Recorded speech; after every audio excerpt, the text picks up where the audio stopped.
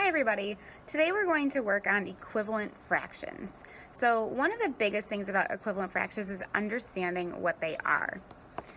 So an equivalent fraction is a fraction that is equal in size. So if we look at the picture, I drew three different fractions and they all have the same amount of space shaded in. So the first fraction is 1/2, and you can see that the left side of the circle is all filled in. Then I made 2/4, but I filled in half. So we can see that 2/4 and 1/2 are the same, they're equivalent, because they both have the same amount of space shaded in. Then I took it a step further and made 4/8 and shaded in 4 out of the 8. You can see that that is an equivalent fraction to 1/2 and 2/4 because again, the same amount of space is shaded in all three.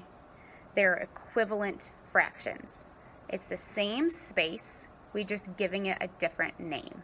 So that's what we're going to do today, but with tape diagrams and using our tape diagrams to find equivalent fractions and to prove if two fractions are indeed equivalent.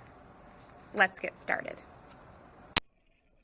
As always, the first thing we want to do when we solve a problem is to cube the directions. This says each rectangle represents 1. That is important to know that each rectangle is one whole. The shaded fractions have been decomposed into smaller parts. Express the equivalent fractions in a number sentence using multiplication. The first one has been done for you. So first we want to look at this fraction and see what did we start with. If I look at the outer part that's in bold, I see 1/2. So that's what we started with. Now if I look at how they broke it up, I have 2, 4, 6, 8, 10, 12 equal parts. And out of that 12 equal parts, 6 are shaded. So I now know my beginning fraction and the equivalent fraction, and so now I just have to write my sentence. How we do this is we think of a story, and we think of the beginning of the story, middle of the story, and the ending. So the middle of the story is the fraction that we started with, 1/2. That's how our story started. In the middle of the story, we're changing 1/2 into something else using multiplication. And at the end of the story, our equivalent fraction was 6/12. So we'll put that at the end. So we have the beginning of the story, we had 1/2. We are changing 1/2 with multiplication somehow. And at the end, we should get 6/12. So now I just have to fill in the blank. And so there's a rule with fractions that whatever you do at the bottom, you have to do at the top.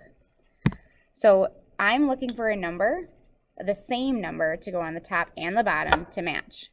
So 2 times what equals 12, or 1 times what equals 6. Well, I know that 1 times 6 equals 6, and if I do it on the top, I have to do it on the bottom. And 2 times 6 is 12. So it's worked. And I have proven that 1/2 and 6/12 are in fact equivalent. Let's cube our directions again. Decompose the shaded fractions into smaller units using the area model. Express the equivalent fractions in a number sentence using multiplication. So if I look at the fraction that I was given, they started with 1/3, and they want me to decompose. And remember a few videos ago we talked about the word decompose and that it means to break apart or break down. So I need to break down 1/3 into an equivalent fraction. And I'm going to do that by drawing horizontal lines. I'll just draw one. You could draw as many as you want. We want to make sure we don't do too many so we don't get messy. But we could do 1, 2, 3, doesn't matter. I'm going to just do 1. So my new fraction, I have 1, 2, 3, 4, 5, 6 equal parts, and 1, 2 are shaded. So I'm going to do the same thing as before and do my story. At the beginning of the story, I started with 1/3. I'm going to change 1/3 in the middle of my story using multiplication somehow to get 2/6 at the end of my story. Same rule applies. What you do on the bottom, you have to do on the top. So if I look at this blanks, I can think 3 times what equals 6, or 1 times what equals 2. The answers to both should be the same number.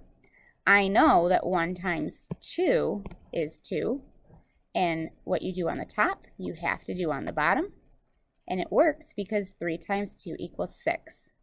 So I was able to decompose the area model and then express the fractions using multiplication to prove that 1/3 and 2/6 are in fact equivalent.